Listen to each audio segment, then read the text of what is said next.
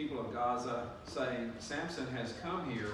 They surrounded the place and lay in wait for him all night at the gate of the city. And they kept silent all night, saying, let's wait until the morning light, then we will kill him.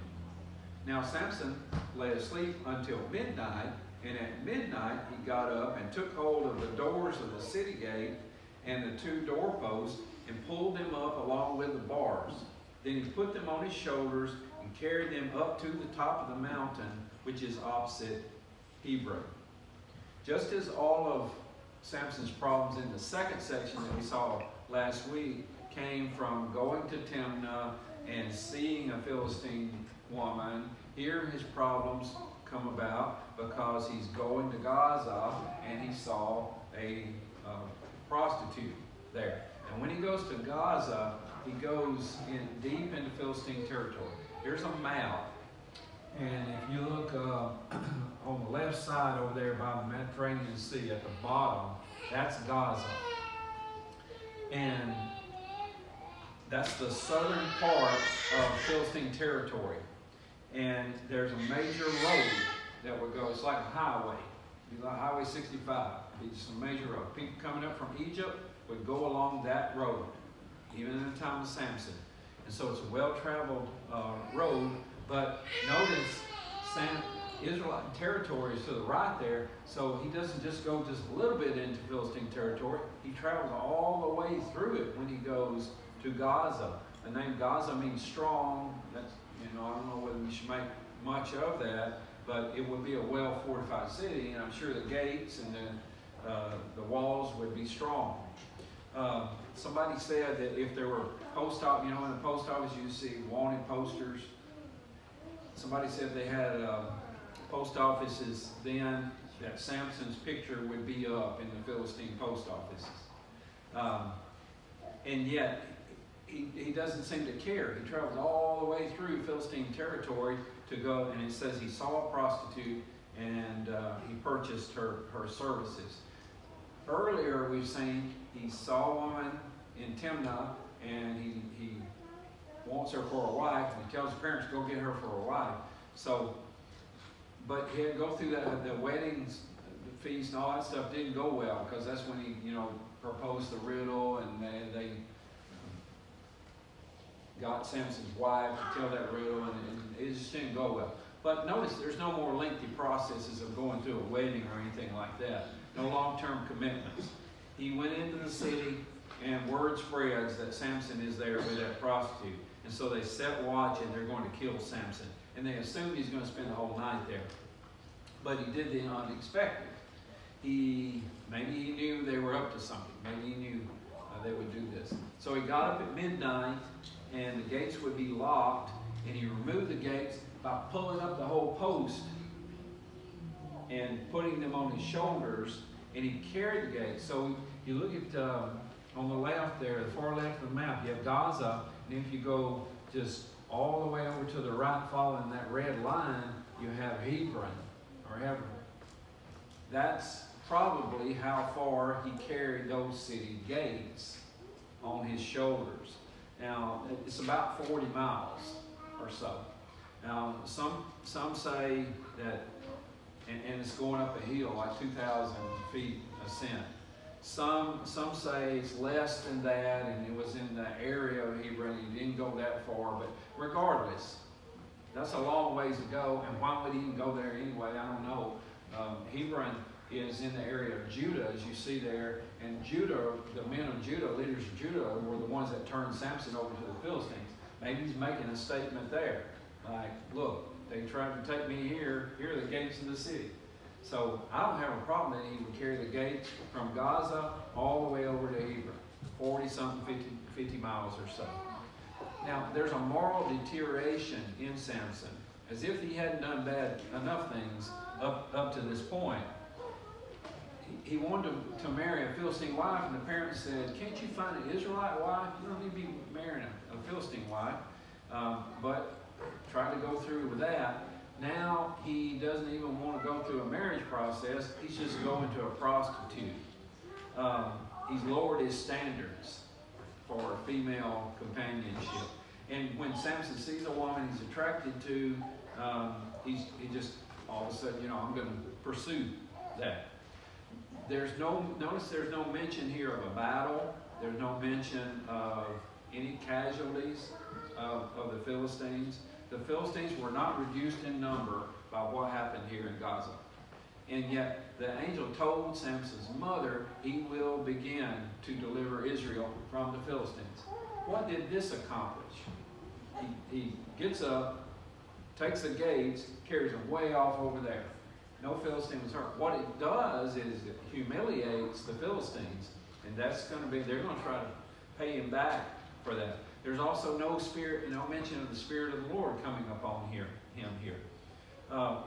Earlier, when the Spirit of the Lord comes upon Samson, he seems to do powerful things, like the lion attacking him, and 30 men that are killed, the ropes dissolving.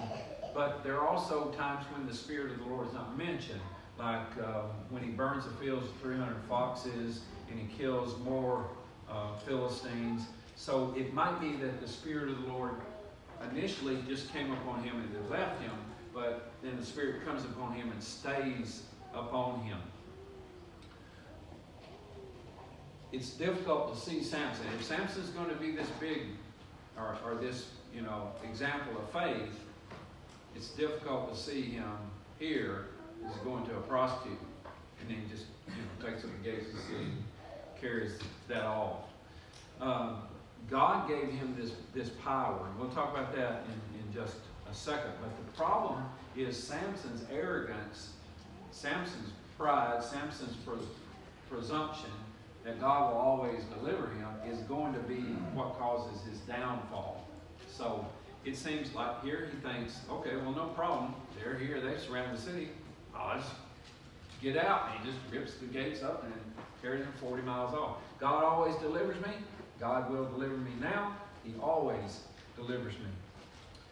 Now, the Philistines at this point, they don't want Samson to, they're going to murder him. Yet, when they capture him, what do? They don't murder him. And we might say, well, why not? It's because they've been humiliated. They're going to humiliate Samson like he's humiliated them. All right, let's look at this famous section here, beginning with verse 4. So after this, it's Judges 16:4. After this, it came about that he was in love with a woman in the valley of Sorek, whose name was Delilah. So the governors of the Philistines came up to her and said to her, entice him and see where his great strength lies, and how we can overpower him, so that we may bind him to humble him. Then we will each give you 1,100 pieces of silver. So Delilah said to Samson, please tell me where your great strength lies, and how you can be bound to humble you. And Samson said to her, if they bind me with 7 fresh animal tendons that have not been dried, then I will become weak and be like any other man. And the governors of the Philistines brought up to her 7 fresh animal tendons that had not been dried, and she bound him with them. Now she had men prepared for an ambush in the inner room. And she said to him, the Philistines are upon you, Samson.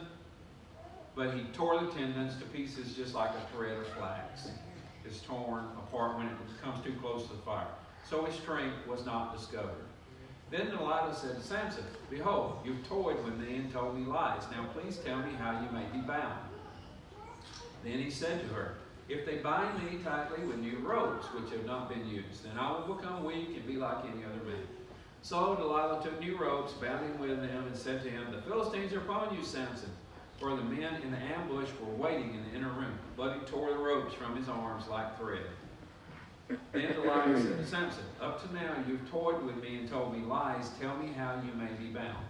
And he said to her, if you weave the 7 locks of my hair with the web and fasten it with a pin, then I will be weak like any other man. So while he slept, Delilah wove the 7 locks of his hair with the web. And she fastened it with a pin and said to him, the Philistines are upon you, Samson. But he awoke from his sleep and pulled out the pin of the loom and the web. Then she said to him, how can you say, I love you, when your heart is not with me? You've toyed with me these 3 times and have not told me where your great strength is.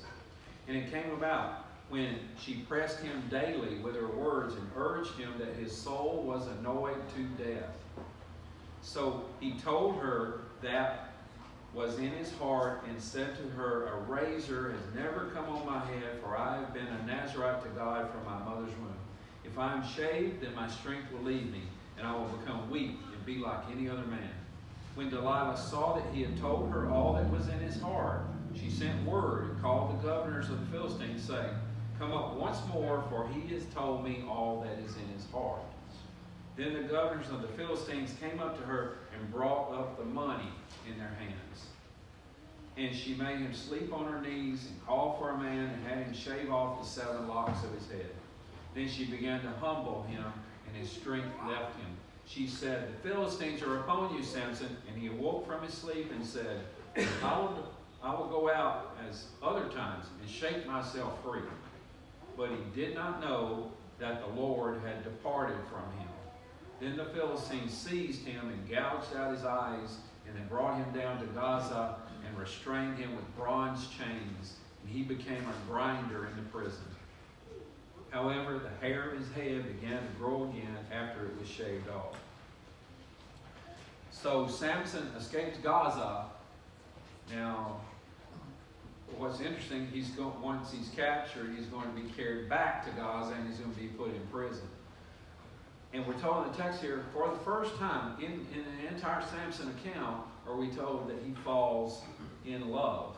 It doesn't even say that he loved the wife that he wanted to have in chapter 14. We only told that Samson saw her and he wanted her because she looked good in his eyes. We talked about that section. So it's only here that it says Samson loved a woman. It's also only here there, 4 women. There's his mother. There's the wife or almost wife. There is the prostitute, and then there's Delilah. So 4 women in Samson's life. We're only told the name of one. We're not even told the name of his mother, but we're told the name of Delilah. There's probably some play on the idea. The Hebrew word for night is Lila, and that there may be a play on Delilah's name. She's probably a Philistine, but it's a Semitic name. So again, we can't press that. But there's some things some structural things. I mean, it uses the word night back when it talks about Gaza 4 times in that text. And then Delilah is used here 7 times. And so she's the only name that we're given in Samson's narrative of a woman. And it's not going to turn out well for Samson because of her. Now, notice again, nothing is said about marriage. After that failed attempt in chapter 14, and then the prostitute, the first part of the chapter, Samson seems to be living with her, but there's no idea of marriage. He doesn't really care, I don't think, what God thinks about anything. She lived in Sorek Valley. That, again, is a place known for its vineyards. That's not a good place for somebody under a Nazarite vow to be living. But it's basically, he doesn't care. Also, the Philistines know he's there, and I think he knows they know he is there. It's basically like this: let them come and take me. They can't take me. You know how strong I am. Now the Philistines have learned their lesson. They're not going to just come out with an army against him because he'll destroy the whole army. They knew his strength comes from some unknown source. So if they can determine what that is, then they can reduce him to normal strength. Now this is interesting, and I guess maybe it takes me a while, but it only dawned on me this as I studied for this past week. Usually there's a picture, I think maybe from like a children's book or something. That's usually how Samson's pictured. Look at his arms. Look at him. He's like a giant. Now, if he had looked like that, would the Philistines say, I wonder where his strength is? Well, his strength is because he's a giant and his arm is that big. They're not that stupid. They're kind of pictured, I think, with irony in the text that they're not too bright. But they're not that stupid, and they're going to pay money to Delilah. Find out where his strength is. Well, he's this big, huge giant. If he looks like that, then that's his strength. They're just throwing their money away. So Samson would have looked like an ordinary Israelite man, I think. Not some big giant with big, huge arms. His physical strength comes not from working out with weights or some diet or something. It comes from God, and it comes from this vow, this dedication to God that he's supposed to be dedicated to. So the Philistines say to Delilah, find out where his strength is. So they don't know. I mean, he tells them a couple of times, you know, if they think, oh, he's just messing with us. Look how huge he is. They're not that stupid. So they're going to pay her to find out. And as we read in the text here, she persists and persists. And Samson said, well, it's through this. It's through this. It's through this. And all those things will probably have magical connections. And she's not too subtle either. Tell me where your strength lies. I mean, do you think Samson's thinking to himself, well, I wonder what she's going to do with this information? He's not that stupid either, I don't think. He knows. But the idea is he knows, even if he tells her where his strength lies, God will deliver him. God's always delivered him in the past. God will deliver him again. Doesn't matter. I'll just tell him. So, I don't even think he's blinded by love. So I don't think he's that stupid. I don't think he's blinded by love. He's arrogant. He's presumptuous. He really does think that he is unstoppable. He's invincible. He knows probably what Delilah's trying to do, but he is certain it will never happen. He will never fall. And his confessions get more and more closer to the truth. You know, he gets finally the one right before he tells the truth about buying my 7 locks in this loom. That's got to the hair, so it's getting pretty close. And Samson's probably laughing to himself every time. Well, I'll tell her this, and that's not. And then every time he wakes up and he got you again. And there's probably play on some things here as well. I mean, it talks about Delilah tightening his hair in the loom with a pin. Sisera, he's the guy, you know, that ran to the woman's tent, and the woman, Yael is her name, and the woman said, come in, and he's running in battle. And she says, come in, you want some milk to drink? And he drinks some milk, and then he lies down on the floor of the tent and takes a nap. And then she takes a hammer and a spike, drives it through his head. There's same verbs in Hebrew that are used here. When Delilah tightens Samson's hair, that's the same verb of Yael striking the tent peg. When the pin that Delilah is tightening on the loom, that word for pin is the same word for a tent peg that's used earlier. So there's probably some intentional irony here. But what's interesting, what's happened to an Israelite judge who has the greatest physical strength ends up being pictured with same terms referring to this Canaanite Sisera who dies. So finally Delilah wears him down, and looking in verse 16 it says that he's tired to death. I mean, that's some words that's pointing to what's going to happen as well. And what's interesting too, and what I think is significant, is Samson says, okay, I'll tell you, I'm a Nazarite. Well, he's known that all along, hadn't he? But he hadn't been living up to that, so that's a comment on all of his previous acts. You a Nazarite, Samson? Yes, I'm a Nazarite. What you doing digging around in the body of a dead lion? Oh, it doesn't matter, I don't care. I'm still a Nazarite. He doesn't take seriously these vows. And so he tells her, and then she goes to sleep. And so, I mean, we ask, doesn't Samson see what she's doing? I think he does, and he thinks he can handle it. And as he's sleeping, we might think, well, you're sleeping, you got to really be asleep, and somebody, cutting your hair and everything. Well, it doesn't mean that they actually shaved his head off. They could have cut it, as a shorter hair.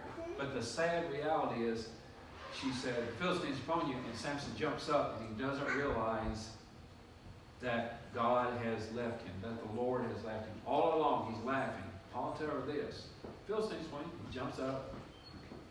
But then the last time, the Philistines are upon you, and he says, he doesn't realize, he doesn't know the Lord has left him. So the laugh now is on Samson. And they captured him, gouged out his eyes, bound him with bronze chains. They forced him to grind grain. Grinding grain at that time and in that culture was considered what slaves and women did. And so the Philistines are humiliating him. There's some ironic justice there as well, because Samson destroyed a lot of grain when he sent those foxes through the fields. Now, he will make him grind grain. There's probably some irony in the idea that gouge out his eyes.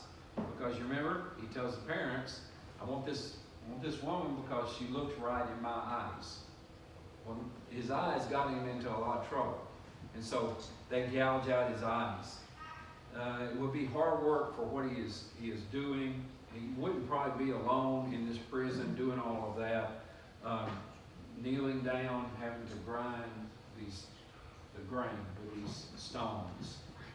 But in the middle of that, the writer tells us, as we saw in verse 22 there, that his hair began to grow back. That raises hope now.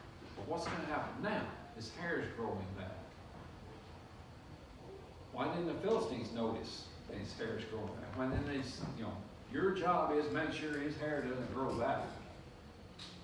Well, we're not told any of that. Maybe they just don't, they don't take him seriously much anymore. We've captured him. Then the last section here, look at verses 23. So they captured him, he's in prison, and so verse 23, the governors of the Philistines assembled to offer a great sacrifice to Dagon, their god, and to celebrate. For they said, our God has handed Samson, our enemy, over to us. When the people saw him, they praised their God, for they said, our God has handed our enemy over to us, even the destroyer of our country, who has killed many of us. It so happened when they were in high spirits that they said, call for Samson that he may amuse us. So they called for Samson from their prison, and he entertained them, and they made him stand between the pillars. Then Samson said to the boy who was holding his hand, let me feel the pillars on which the house rests, so that I may lean against them. Now the house was full of men and women, and all the governors of the Philistines were there. And about 3,000 men and women were on the roof, looking on while Samson was entertaining them. Then Samson called to the Lord and said, Lord God, please remember me, and please strengthen me just this time, O God, that I may at once take vengeance on the Philistines for my 2 eyes.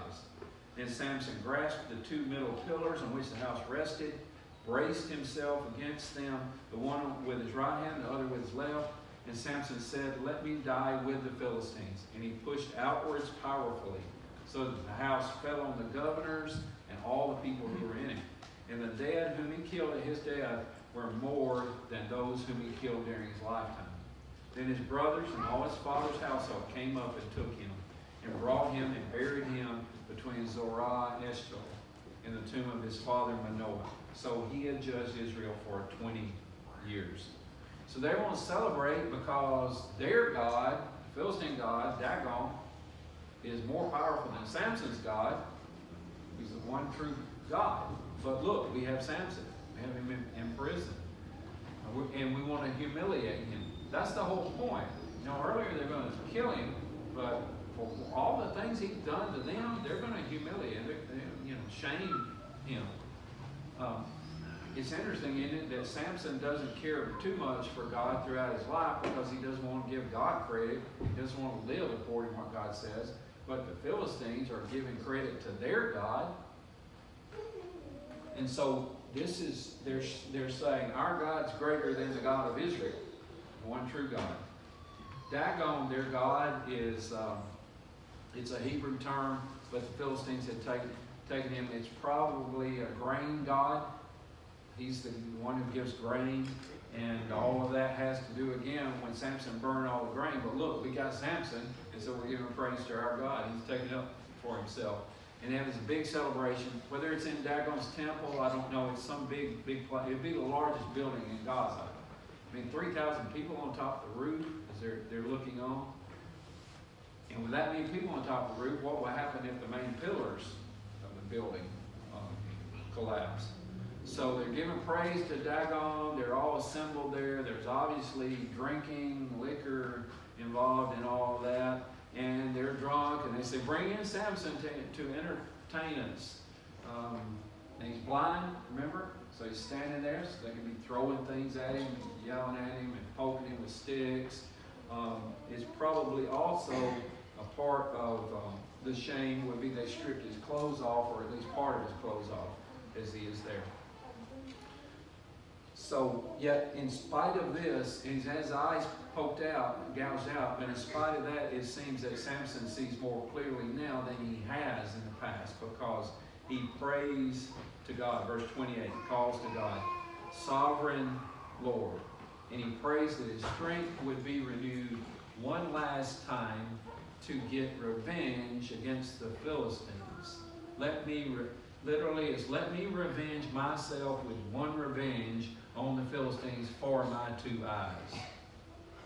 Now, is that a model prayer of a believer? I don't think so. No. Samson wants revenge. It falls short. But again, taking the words in Hebrews 11 seriously, it may be here where Samson shows faith in God. God answered the prayer, and he exerts his strength, and the pillars come down, and all the people, 3,000 people on the top, come down. And again, these are not just common citizens for this. These are top political and military leaders of the nation. Somebody said it would be like a gathering of a joint session of Congress along with the military leaders of Pentagon, of all the military leaders of the Pentagon, the members of the Supreme Court, all of those leaders gathered together in one place. I mean, it was an era of the Philistines to have all of their top people here. I mean, this caused weakness in the whole government of the Philistines for years to come. And so I think this is how Samson began to deliver Israel from the Philistines. It's the most destructive victory of Samson's career as a judge, we're told. Now the last verse is interesting. The last verse of the chapter, his brothers, all his father's household, came down